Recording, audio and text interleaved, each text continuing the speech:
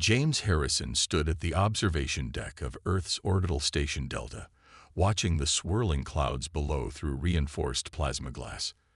20 years of terraforming hostile planets hadn't prepared him for the message he'd just received.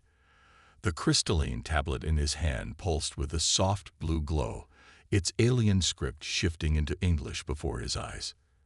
By decree of the High Council of Novalith, you are hereby summoned to serve as guardian and protector to the royal sisters. The tablet continued with diplomatic phrases and formal declarations, but those first words had already turned his world upside down. Behind him, Ambassador Reiko Tanaka cleared her throat politely. The Novalithians rarely interact with humans, she said, her diplomatic training evident in her measured tone.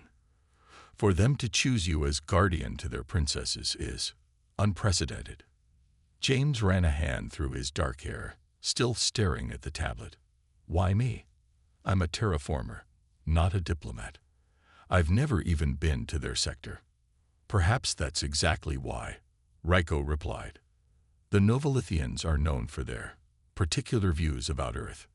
James had heard the stories. The crystalline beings of Novalith considered themselves the pinnacle of evolution, viewing Earth as a primitive backwater barely worth acknowledging. Their technology was centuries ahead of humanity's, their civilization spanning dozens of star systems. The four princesses, Lyra, Vena, Kasia, and Naira. They're expecting you within the next solar cycle, Reiko continued. The Novalithian ship is already waiting. Before James could respond, the station's warning system flashed red. Through the observation window, a massive ship appeared, seemingly materializing from nowhere. Its hull gleamed like polished diamond, catching and refracting sunlight in impossible patterns. That's not waiting, James muttered. That's making a point. A holographic figure shimmered into existence before them. Tall, elegant, with skin like frosted glass and eyes that sparkled like distant stars. James Harrison, the figure said, its voice melodious but cold. I am First Princess Lyra. Your presence is required immediately. James straightened, years of dealing with hostile environments kicking in. Your Highness, while I'm honored by the summons, I haven't agreed to. This is not a request. Lyra interrupted. The stability of both our worlds depends on your compliance. You have 1 Earth hour to prepare. The hologram disappeared, leaving James and Reiko in stunned silence. Well, James said dryly, she seems charming. The Novalithian princesses are known for their pride. Reiko chose her words carefully. First Princess Lyra is considered the most diplomatic of the four. Wonderful. James tucked the tablet into his jacket. And I suppose refusing isn't an option. Not if we want to maintain our already fragile relations with their systems. Reiko's expression softened. James, this could be an opportunity. No human has ever been granted such access to their world. Or it could be an elaborate way to humiliate Earth by proving how inadequate humans are. But even as he said it, James felt his natural curiosity stirring. 20 years of transforming hostile planets had taught him that the most dangerous environments often held the greatest wonders. An hour later, James stood in the station's teleportation chamber with a single bag containing his most essential tools and research materials. The Novalithian ship's transport beam enveloped him in crystalline light. The last thing he heard was Reiko's voice. Remember, James, they may look almost human, but the Novalithians are as alien as their crystal ships. Don't let their beauty fool you. Then the light consumed him, and Earth's orbital station Delta vanished in a flash of prismatic energy. His adventure as guardian to 4 alien princesses who despised humanity had begun. The crystalline halls of the Novalithian palace made James feel like he was walking through a living diamond. Every surface pulsed with internal light, responding to the movements of its inhabitants. 2 days had passed since his arrival, and he'd already counted 17 different ways the architecture could kill him if the princesses decided he wasn't worth keeping around. You're late. Princess Vena's voice cut through his thoughts. The second eldest sister stood at the entrance to the training arena, her silver-white hair floating as if suspended in invisible water. Unlike Lyra's cold diplomacy, Venna approached everything with calculating precision. "Actually," James checked his Earth watch, "I'm exactly on time." Novolithian time moves differently. Venna's iridescent eyes narrowed. "You should have accounted for the quantum variance." James bit back a retort. Instead, he pulled out his terraforming scanner, modified to analyze Novolithian technology. "Interesting. The temporal displacement in this section is roughly 2.3 minutes faster than Earth standard. Is that intentional or a byproduct of your crystal matrix?" For a moment, surprise flickered across Venna's crystalline features. She hadn't expected him to understand, let alone measure, the time distortion. "Follow me," she said, turning sharply. "The trial of resonance begins now." The training arena was a vast dome of shifting crystal, its ceiling opening to Novolith's triple moons. The youngest princesses, Cassia and Neira, were already there. Cassia, with her emerald-tinted skin, was practicing what looked like combat forms, her movements leaving trails of light in the air. Neira, the youngest, sat cross-legged on a floating crystal platform, her obsidian hair absorbing, rather than reflecting the ambient light. "Look," Neira called out, her voice dripping with mock excitement. The primitive remembered how to tell time. Mostly. "Neira." Lyra emerged from a crystalline archway, her presence immediately commanding attention. "Do try to show some decorum, even when dealing with lesser beings." James watched their interactions carefully. Despite their unified disdain for him, there were subtle tensions between the sisters. Lyra and Venna maintained rigid control, while Cassia seemed perpetually ready for combat. Neira's rebellious attitude masked something deeper, curiosity, perhaps. "The trial of resonance," Lyra announced, "will test your ability to harmonize with Novolithian crystal technology. Failure typically results in death." "Typically?" James raised an eyebrow. "Some survivors merely lost their minds," Cassia added helpfully, ceasing her combat forms to watch with obvious interest. A crystal sphere rose from the arena floor, about the size of a basketball. Its surface swirled with colors that hurt James's eyes if he looked too long. "Simply place your hands on the sphere," Venna instructed. "If you're capable of resonating with our technology, you'll know. If not." She shrugged elegantly. James approached the sphere, his scanner quietly analyzing its composition. "Before I potentially lose my mind or die, might I ask why these trials are necessary? Your father chose me as guardian. Shouldn't that be enough?" "Our father," Lyra's voice carried an edge of something beyond mere disdain, "made many questionable decisions near the end. This is our way of proving his choice was either worthy or mistaken."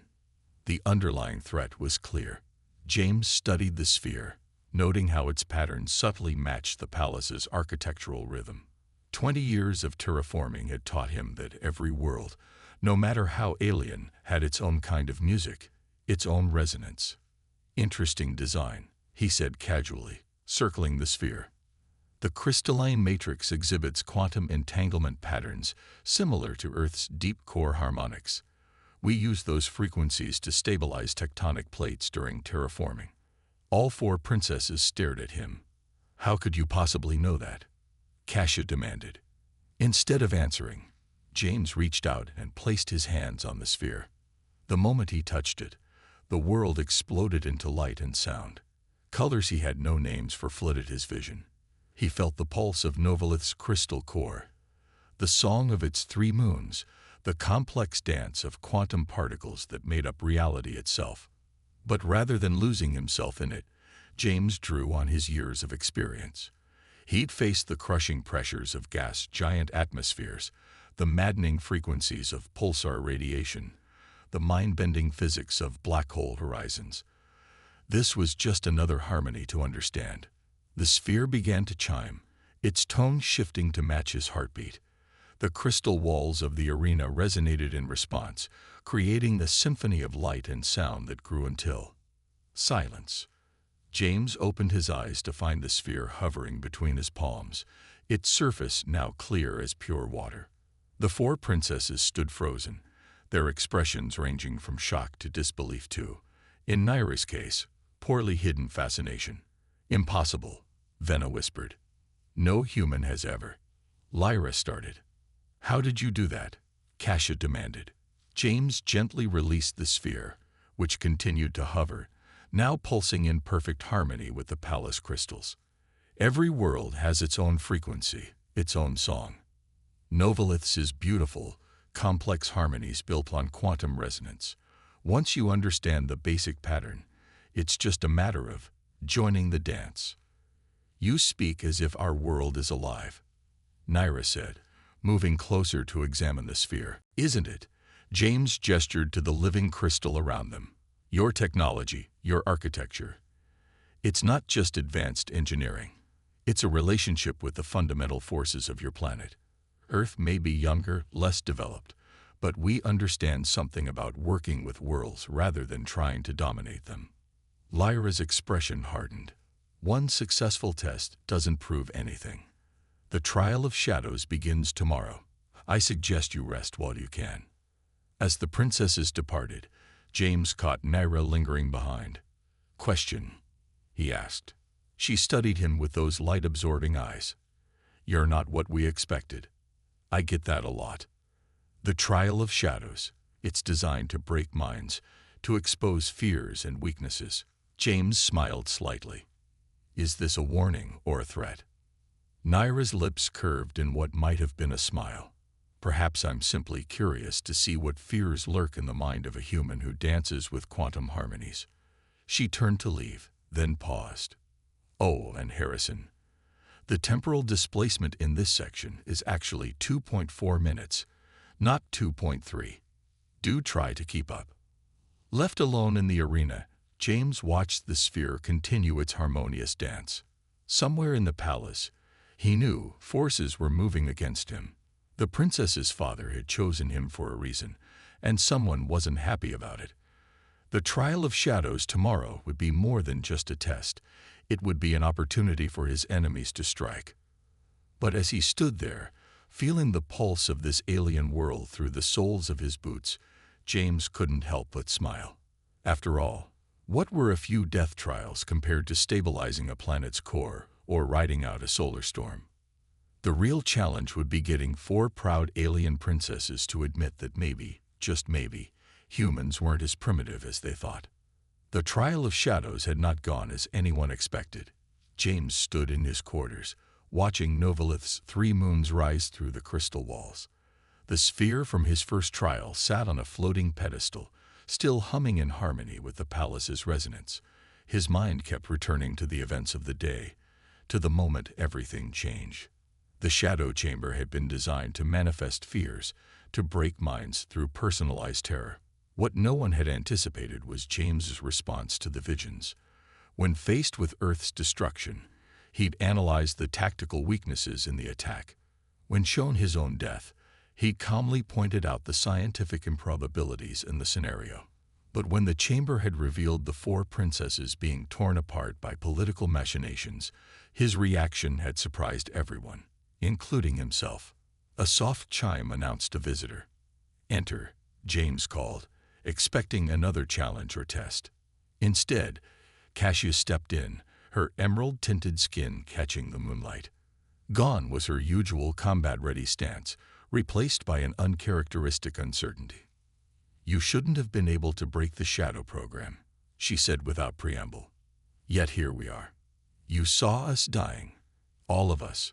The chamber showed you our deaths." Kasia moved closer, her movements still graceful despite her agitation. "Why did that trigger such a strong response? You barely know us. We've been nothing but hostile." James turned to face her fully.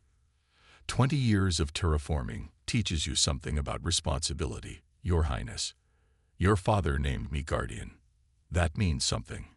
You shattered a quantum-locked security system to save a simulation." "No," James corrected gently. "I shattered it because even the possibility of failing my duty was unacceptable." Before Kasia could respond, another chime announced Venna's arrival. The second princess swept in, her silver-white hair rippling with calculations and data, a unique trait of her particular genetic line. "The High Council is in an uproar," she announced. No one believed the human would pass both trials, let alone. She gestured vaguely at the scattered reports floating in holographic displays around James's quarters. "Let alone care about what happens to us." Cash's voice held an edge of challenge. Venna's iridescent eyes narrowed. "The political implications can wait." Lyra's voice cut through as she entered, Naira close behind. "We have a more immediate concern." James noticed how the youngest princess moved to put the floating pedestal between herself and her eldest sister. Interesting. "The Shadow Chamber's quantum core was sabotage," Lyra continued. "Someone wanted the trial to do more than test. They wanted it to kill." "Not just kill." James picked up the sphere from its pedestal, watching how it pulsed in sync with his heartbeat. "They wanted to make it look like human incompatibility with your technology caused a catastrophic failure. The perfect excuse to sever ties with Earth." The princesses exchanged glances. "How could you possibly know that?" Naira asked. Instead of answering directly, James held up the sphere. "This isn't just a test instrument, is it? It's key to your father's quantum signature. That's why no one expected me to be able to resonate with it." Lyra's perfect composure cracked slightly. "How did you?" "The same way I know he was murdered." James set the sphere down gently. "The crystal matrix holds echoes. I'd spent 2 days learning to read them. Your father left messages, quantum ghosting in the palace's crystalline structure. He knew someone was moving against him, against the alliance he wanted to build with Earth." Silence fell over the chamber. Venna's hair had stopped its constant calculations, frozen in shocked stillness. Cash's combat-ready stance returned, but now it was protective rather than threatening. Naira had moved closer, her light-absorbing eyes wide with revelation. Lyra, however, smiled for the first time since James had arrived. "You understand, then, why he chose you?" "I have theories." James gestured to his modified scanner. "Your father accessed my terraforming records. 20 years of successfully communicating with alien worlds, of finding harmony in seemingly hostile environments. He didn't want a diplomat or a warrior. He wanted someone who could see the music in the chaos. The assembly of houses meets in 2 days," Venna said, her hair resuming its calculations but slower, more deliberate. "They'll demand proof of your competency as guardian." "They'll demand more than that," Naira added, perching on the edge of a crystal formation. "The houses have never accepted Father's pro-Earth policies. They'll use this opportunity to challenge everything." James watched the interplay between the sisters, noting how they unconsciously moved to support each other despite their previous displays of discord. "Your father left me a message in the quantum resonance. Would you like to hear it?" Without waiting for response, he touched the sphere. The chamber filled with a ghostly light, and a voice emerged from the crystalline walls themselves. The voice of the late king. "My daughters," the voice echoed with quantum harmonics, "if you're hearing this, then the human I chose has succeeded far beyond what our people believed possible. The shadows gathering around our kingdom cannot be fought with traditional power.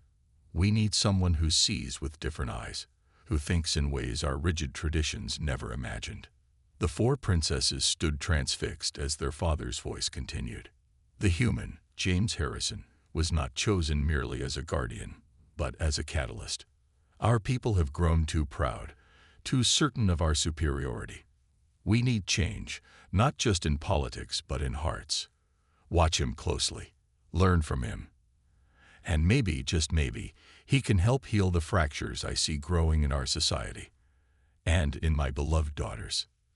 The message faded, leaving the chamber in silence broken only by the soft hum of crystal harmonics. "He knew," Kasha whispered. "He knew someone would try to kill him. And he knew we were drifting apart," Naira added, looking at her sisters with new understanding. Venna's hair had stopped calculating entirely, a sign of deep emotional impact. "The Assembly will never accept this. They'll claim the message is fabricated."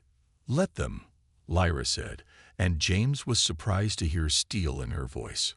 Father gave us one last gift, a chance to save not just our kingdom, but ourselves. She turned to James. The question is, Guardian, are you ready for what comes next? James picked up the sphere, feeling the pulse of Novolith's crystal heart beating in harmony with his own. Your father asked me to help heal fractures. As a terraformer, that's something I understand. The real question is, are you ready to let me? The 3 moons of Novolith cast their light through the crystal walls, painting the chamber in impossible colors. 4 alien princesses and 1 human stood in its glow, the fate of 2 worlds hanging in the balance of their next decisions. The game was about to change, and James had a feeling the Assembly of Houses had no idea what was coming.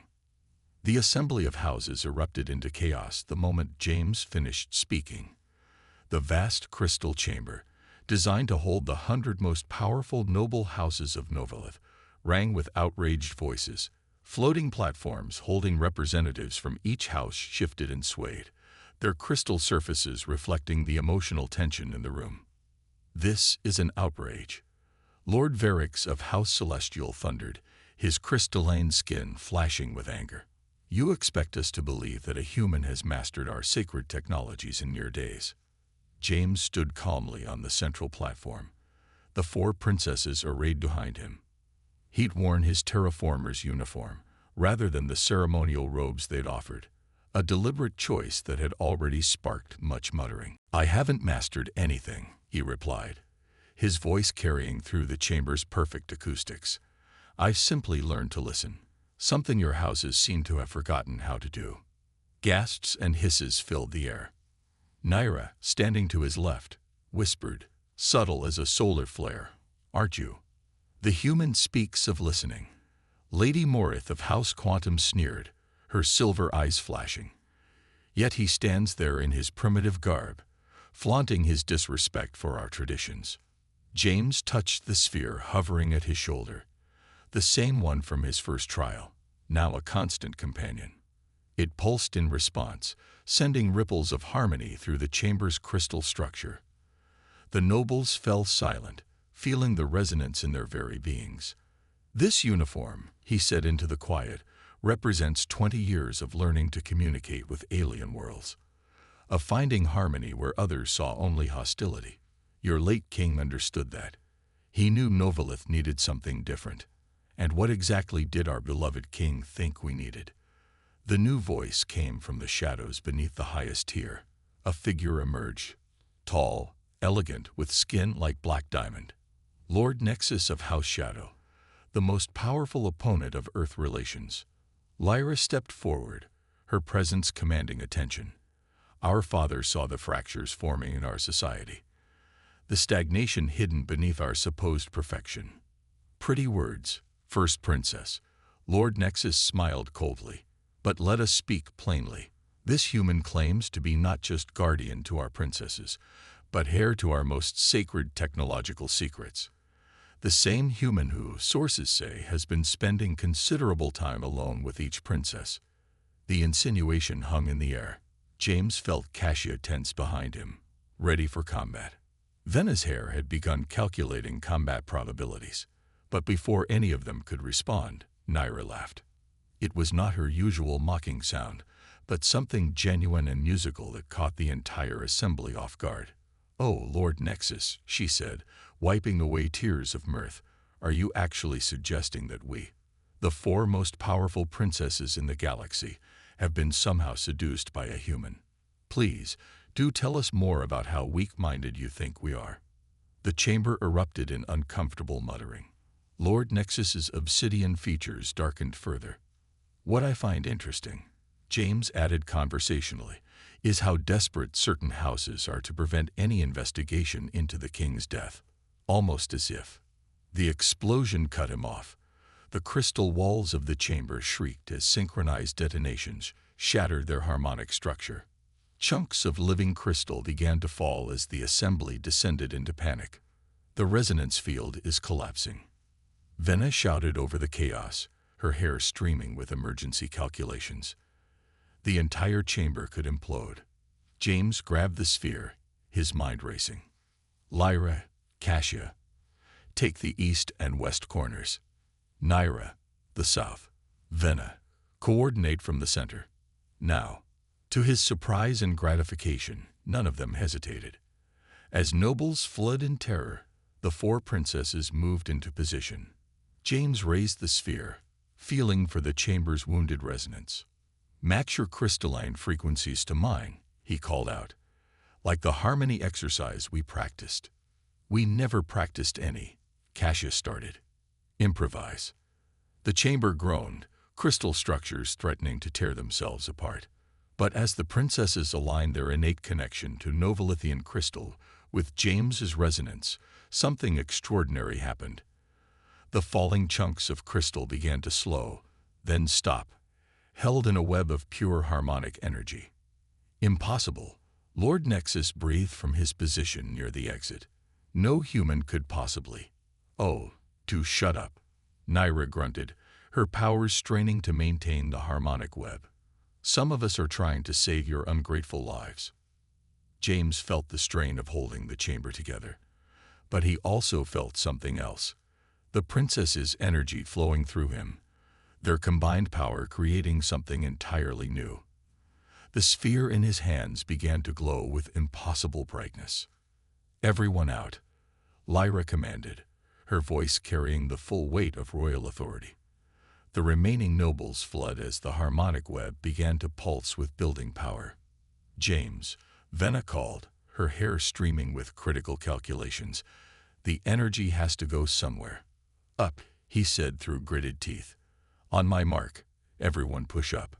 The chamber filled with blinding light as 5 minds, 5 souls, pushed as one. The collapsing crystal structure shot skyward in a controlled explosion of light and sound, harmlessly dispersing into Novolith's atmosphere in a display that would be visible from orbit. As the dust settled, James looked around at the now roofless chamber. The 4 princesses stood in their positions, breathing hard but unharmed. The sphere in his hands hummed contentedly. "Well," he said into the silence, "I think we can guess who was behind your father's death now." "The synchronized explosives," Vena agreed, her hair still streaming with analysis. "They matched the resonance pattern that killed our father." Lyra finished, her eyes hard as diamonds. "House Shadow," Cassia growled, her combat stance now focused on the exit where Lord Nexus had fled. But Naira was laughing again, drawing everyone's attention. "Did you see their faces?" she gasped between giggles. "When we all just, and then James, and the crystals." Her laughter proved infectious. Soon even Lyra was smiling, the 5 of them standing in the wreckage of an assassination attempt that had turned into a demonstration of unprecedented cooperation between human and Novolithian. "The assembly will have to reconvene," Lyra said finally, composing herself. "There will be questions about how a human managed to coordinate such advanced crystal manipulation." "Let them ask," Vena said, surprising everyone. Her hair had settled into a calm calculation pattern. "Let them see what happens when we stop fighting our differences and start combining them." James studied the sphere, which now pulsed in harmony with all 5 of their heartbeats. "Your father would be proud," he said softly. This is what he wanted, not just an alliance between worlds, but true cooperation. New possibilities. "Speaking of possibilities," Naira said with a sly grin, "should we tell them about your ideas for combining Earth terraforming technology with our crystal matrices? Let's solve one political crisis at a time," James suggested. But he was smiling too. As emergency response teams began arriving at the chamber, James looked at the 4 princesses, no longer remote alien royalty, but partners in something revolutionary. The assembly of houses would reconvene, Lord Nexus would face justice, and Novolith would have to adapt to new realities. But standing there in the wreckage of the old order, feeling the pulse of harmony between human ingenuity and Novolithian power, James knew that change wasn't just coming. It was already here. The coronation chamber of Novolith glowed with unprecedented brilliance. 2 weeks had passed since the assembly attack, and the palace had been transformed. Where once there were rigid structures of pure crystal, now there were flowing combinations of Earth-inspired architecture and Novolithian crystalline technology. James adjusted the collar of his unique ceremonial attire, a fusion of his terraformer's uniform and traditional Novolithian royal garments. The sphere at his shoulder hummed contentedly, its resonance now permanently linked to both his human biology and the crystal heart of Novolith. Nervous, Naira materialized beside him, her dark hair absorbing the ambient light. She'd abandoned her previously rebellious stance for something more natural, more genuine. About becoming the first human Novolithian joint ambassador and officially recognized guardian to 4 alien princesses, James smiled. "Why would I be nervous? Don't forget co-regent," Venna added, approaching with her hair streaming complex calculations about the ceremony's security. After Lord Nexus's failed assassination attempt, she'd become almost obsessive about protection protocols. "The assembly is still grumbling," Cassie reported, materializing on his other side. Her combat stance had softened over the weeks, though she remained ever vigilant. "Some houses are calling it the end of pure Novolithian culture." "Let them grumble," Lyra's voice carried across the chamber as she entered. "They cannot deny the results." Indeed, they couldn't. The implementation of James's hybrid terraforming techniques had already shown remarkable results. The combination of Earth-adaptive technologies and Novolithian crystal matrices had created unprecedented advances in planetary engineering. 3 previously uninhabitable worlds were now in the process of transformation. "The Earth delegation has arrived," Venna announced, her hair flickering with incoming data. "Ambassador Tanaka seems quite pleased with herself for recommending you for that initial contact." "Raiko always did have good instincts," James mused, remembering that first day on the orbital station. It felt like a lifetime ago. The chamber began to fill with representatives from both worlds. Earth diplomats in their formal attire mingled with crystalline Novolithian nobles, their previous prejudices giving way to curious interaction. The sphere at James's shoulder pulsed with satisfaction. "You know," Naira said thoughtfully, "when Father's will first named you as guardian, we thought it was his final joke, one last attempt to teach us humility. Instead," Cassie continued, "he gave us something far more valuable. A bridge between worlds," Venna added, her calculations shifting to analyze the positive outcomes of the past weeks. "A future," Lyra finished, moving to stand with her sisters. The chamber hushed as the ceremony began. The 4 princesses took their positions around the central platform where James stood. The sphere rose from his shoulder, expanding until it filled the space above them with dancing lights. "We gather," Lyra's voice rang out, "to mark not just the appointment of a guardian, but the beginning of a new era." Each princess raised her hand, sending streams of crystalline energy into the sphere. James felt the harmony build, just as it had during the assembly attack, but this time controlled, purposeful. "Earth and Novolith," Venna proclaimed, her hair streaming with symbols of unity, once separated by prejudice and pride, now joined in common purpose. "Through the wisdom of our Father," Cassia added, her warrior spirit now tempered with diplomatic understanding, "who saw beyond our limitations to a greater possibility. In the combining of our strengths," Naira's voice carried her characteristic humor, but also deep conviction, "we find not weakness, but evolution." James raised his own hands, adding his unique resonance to the harmony. The sphere expanded further, its light touching every being in the chamber. Earth humans and Novolithian nobles gasped as they felt, for a moment, the pure potential of their combined civilizations. "I stand before you," James spoke, his voice carrying the weight of both worlds, "not as a conqueror or a servant, but as a bridge. My oath is not just to 4 princesses or 2 worlds, but to the future we can build together." The sphere's light coalesced, forming a crown unlike any seen before, part crystal, part energy, part pure possibility. It settled onto James's head, adapting to his human biology, while maintaining its Novolithian essence. Rise, the four princesses spoke in unison. Guardian of harmony, co-regent of Novelith, ambassador of Earth, protector of the new alliance. As James rose, he felt the crown's weight, not as a burden, but as a promise. The chamber erupted in applause. Earth and Novelith united in celebration. But his focus was on the four remarkable beings who had moved from contempt to cooperation, from disdain to something far more complex and meaningful. "Well," he said quietly, for their ears alone, "your father certainly had an interesting sense of humor." "Oh, this isn't the funny part." Naira grinned mischievously. "The funny part," Cassia added with a rare smile, "will be teaching you all 10,000 Novelithian court dances." 10,000. James blinked. Each with its own unique crystalline resonance pattern. Venna confirmed, her hair sparkling with amusement. "And you'll have to learn them all," Lyra concluded, her eyes twinkling like distant stars, "before the first diplomatic ball next month." Looking at their expectant faces, James couldn't help but laugh.